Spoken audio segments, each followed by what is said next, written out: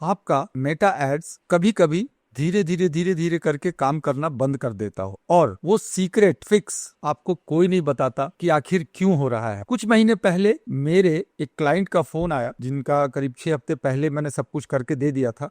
उन्होंने कॉल किया और मुझे बताया, थोड़ा घबराए हुए थे, उन्होंने बताया कि मेरा ROAS जो है 4.2 से 1.8 पर गिर के आ गया है, और वो भी मात्र 1.5 महीने में, 6 वीक्स में। उन्होंने क्रिएटिव कुछ नहीं बदला, कॉपीराइट जो कॉपी था उसका, एड कॉपी, उसमें कुछ नहीं बदला, प्रोडक्ट भी वही थे, और ऑनेस्टली उनके एड्स में कोई इशू नहीं था, और वो ads one of the best performing ads थे।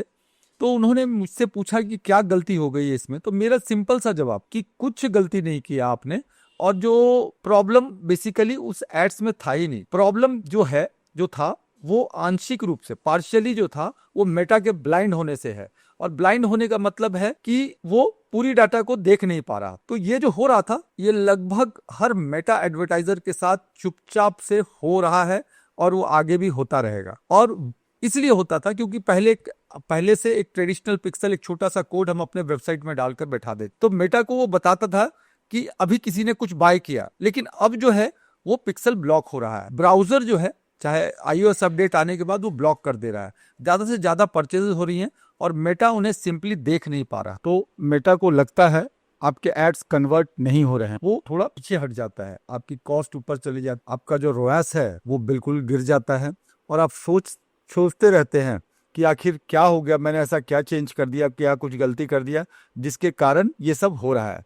तो जवाब है कुछ नहीं, ये ट्रैकिंग का इश्यू है। तो ये ट्रैकिंग जो है आपका, ट्रैकिंग जो हमने ट्रैकिंग इंफ्रास्ट्रक्चर बनाते हैं उसमें आपका गैप आ गया है, और कुछ नहीं है। आज मैं इसको फिक्स करने के लिए दिखाऊंगा कि कैसे फिक्स करते हैं, और कि सर्वर साइड ट्रैकिंग एक बार और आप अगर समझ जाएंगे तो ये एक्चुअली क्या करता है, तो आप सोचेंगे कि ये पहले क्यों नहीं किया हमने। तो ठीक है, मैं आपको एक एनालॉजी देता हूं कि सपोज कीजिए कि एक आपका जो वेबसाइट है, एक चाय की दुकान है, और उस चाय की दुकान में एक बंदा जो है, जो भी ऑर्डर दे रहा है, वो बाहर से, दुकान के बाहर कोने में खड़े होकर बाहर से वो ऑर्डर को, जो ऑर्डर देता है वो लिखता है। तो ये चीज आपका जो बाहर बैठा खड़ा होकर जो ऑर्डर ले रहा है, वो आपका फेसबुक पिक्सल है। और फेसबुक पिक्सल जो है वो पहले तो बहुत सही काम कर रहा था, लेकिन बीच में आप दुकान की इनकम बढ़ी, आपके चाय के दुकान की, आपने क्या हुआ कि एक शीशा लगवा दिया जो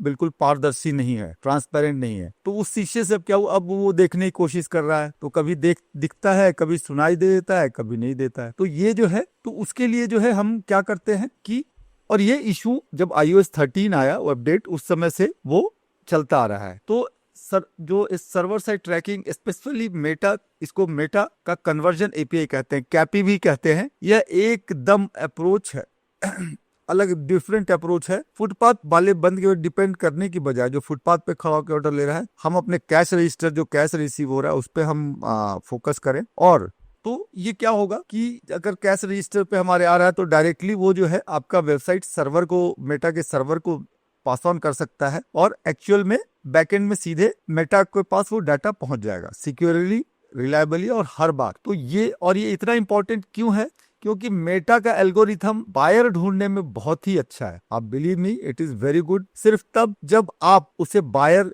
का एक्चुअल डाटा फीड करेंगे जो वेबसाइट के थ्रू आ रहे हैं। अगर आपका पिक्सल 20-30, कभी कभी 40% परचेज मिस कर रहा है, तो एल्गोरिथम को अधूरा इंफॉर्मेशन पर ऑप्टिमाइज कर रहा है। ये ऐसा है जैसे किसी स्केच आर्टिस्ट, जैसे स्केच बनाता है ना, को किसी ने डिस्क्रिप्शन दे दी और सिर्फ आधे चेहरे की, तो सर्वर साइड ट्रैकिंग मेटा को फिर से बुरी तस्वीर दे देता है। तो ये है, ये स्केच नहीं, पूरा का पूरा आपको ये दे देता है। ठीक है, तो चलिए अब एक्चुअली में इसे हम बनाते हैं कि कैसे। अगर आप शॉपिफाई पे हैं तो जेन्युइनली उतना कॉम्प्लिकेटेड नहीं है, कोई डेवलपर नहीं चाहिए, कोई कोड नहीं चाहिए, सीधा आप शॉपिफाई के बिल्कुल नेटिव इंटीग्रेशन पे जाएंगे, यहाँ पे फेसबुक एंड इंस्टाग्राम पे ये क्लिक करेंगे, यहाँ सेटिंग्स पे जाएंगे, और जो ये शेयर डाटा है ये मैक्सिमम कर देंगे इसको यहाँ पे। तो ये हमारा जो देख रहे हैं आप कन्वर्जन एपीआई, ये डाटा जो है ये सीधा भेजना शुरू कर देगा।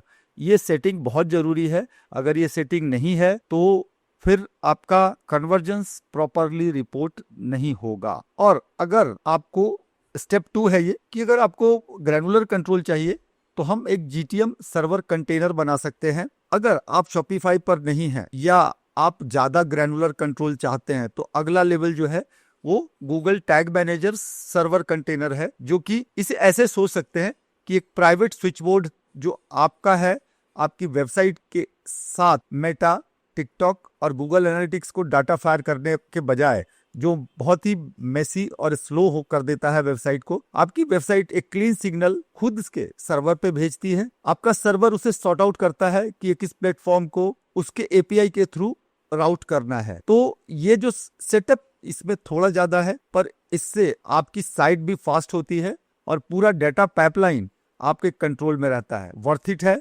अगर आप मीनिंगफुल बजट स्पेंड कर रहे हैं तो। अब हम आते हैं स्टेप 3 पे, जो कि है इवेंट मैच क्वालिटी कंट्रोल। तो स्टेप 3 है इवेंट मैच क्वालिटी चेक। जैसे ही कैपी चलने लगता है, मेटा इवेंट मैनेजर्स में जाएं और इवेंट मैच क्वालिटी को देखें।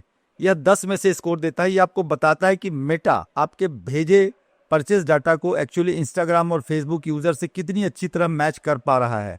अच्छा स्कोर पाने के लिए आपको परचेज इवेंट के साथ साथ हैश्ड कस्टमर डाटा भेजनी होती है, जैसे ईमेल एड्रेस, फोन नंबर और IP address. Shopify maximum mode पर ये ऑटोमेटिकली हैंडल कर लेता है। GTM सेटअप में ये आप इसको मैनुअली कॉन्फ़िगर करेंगे। टारगेट 10 में से 8 या उससे ऊपर, उससे नीचे और आप मैच रेट और ऑप्टिमाइजेशन पावर टेबल पर छोड़ रहे हैं। इसके बाद क्या होता है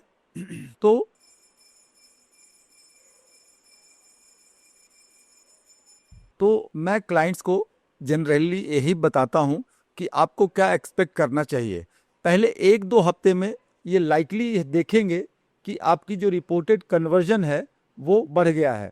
भले ही आपकी एक्चुअल सेल्स नहीं बदली हो, लेकिन ये कोई ग्लिच नहीं है। ये मेटा का फाइनली वो परचेज को देखना जो ऑलरेडी हो रही थी पहले, तो वो थोड़ा रिपोर्टेड ज्यादा दिखा सकता है, बट एक्चुअल में कम होगा आपकी। अगले कुछ हफ्तों में, दिनों में, जैसे जैसे एल्गोरिथम अपने आप को एडजस्ट करेगा उस आपके नए जो फ्रेशर डाटा आ रहे हैं, तो वो क्लीनर डाटा पे, जो नए डाटा आ रहे हैं वो क्लीनर डाटा पे वो ऑप्टिमाइज करता है। और आप अक्सर देखेंगे कॉस्ट पर एक्विजिशन जो है वो आपका नीचे आते दिखेगा। कभी थोड़ा, कभी ज्यादा भी हो सकता है। तो कभी कभी जो क्लाइंट को शुरू में मैंने मेंशन किया था, ये ट्रैकिंग फिक्स करने के बाद 2 हफ्ते के अंदर उनका जो ROS था वो 3.6 आ गया। तो पीक पर नहीं, पर सही डायरेक्शन में। और स्केल करने के लिए हमारे पास अब बहुत ही क्लीनर फाउंडेशन है। देखिए, मैं ये नहीं कहूंगा कि ये कोई जादुई फिक्स है और हर प्रॉब्लम का ये सॉल्यूशन दे देता है। अगर आपकी क्रिएटिव थक चुकी है या आपका ऑफर रिजोनेट नहीं कर रहा है, बेटर ट्रैकिंग आपको नहीं बचाए। पर अगर आपके फंडामेंटल सॉलिड हैं और परफॉर्मेंस क्वालिटी क्वाइटली आपका स्लिप हो रहा है, तो ये ऑलमोस्ट सर्टेनली उसका एक हिस्सा है। ये एक ऐसी चीज है जिसे इग्नोर करना या नजरअंदाज करना आसान नहीं होगा। ये इनविजिबल है। आपके एड्स अभी भी चलते हैं, आपकी साइट पर काम करते हैं, पर मेटा और आपके स्टोर के बीच इंफॉर्मेशन फ्लो होती है, वो नॉइजर और नॉइजी होती जाती है और परफॉर्मेंस धीरे धीरे आपका डिग्रेड होता चला जाता है। इसे फिक्स करने के लिए ज्यादातर केसेस में वन टाइम सेटअप है जो कंटिन्यूअसली अपना रिटर्न देता रहता है। अगर ये यूजफुल लगा हो तो सब्सक्राइब जेन्युइनली अप्रिशिएट करूंगा। मुझे पता चलता है कि किस तरह के टेक्निकल कंटेंट्स बनाते रहने से वर्थ इट है आप लोगों के लिए। अगर आप और डीपर जानना चाहते हैं तो मैं उस कैंपेन स्ट्रक्चर का ब्रेकडाउन बनाया है जो हम इसको ट्रैकिंग सेटअप के साथ रन कर सकते हैं। वो वीडियो ऊपर है। देखने के लिए शुक्रिया। अगली वीडियो में मिलते हैं। Thank you very much.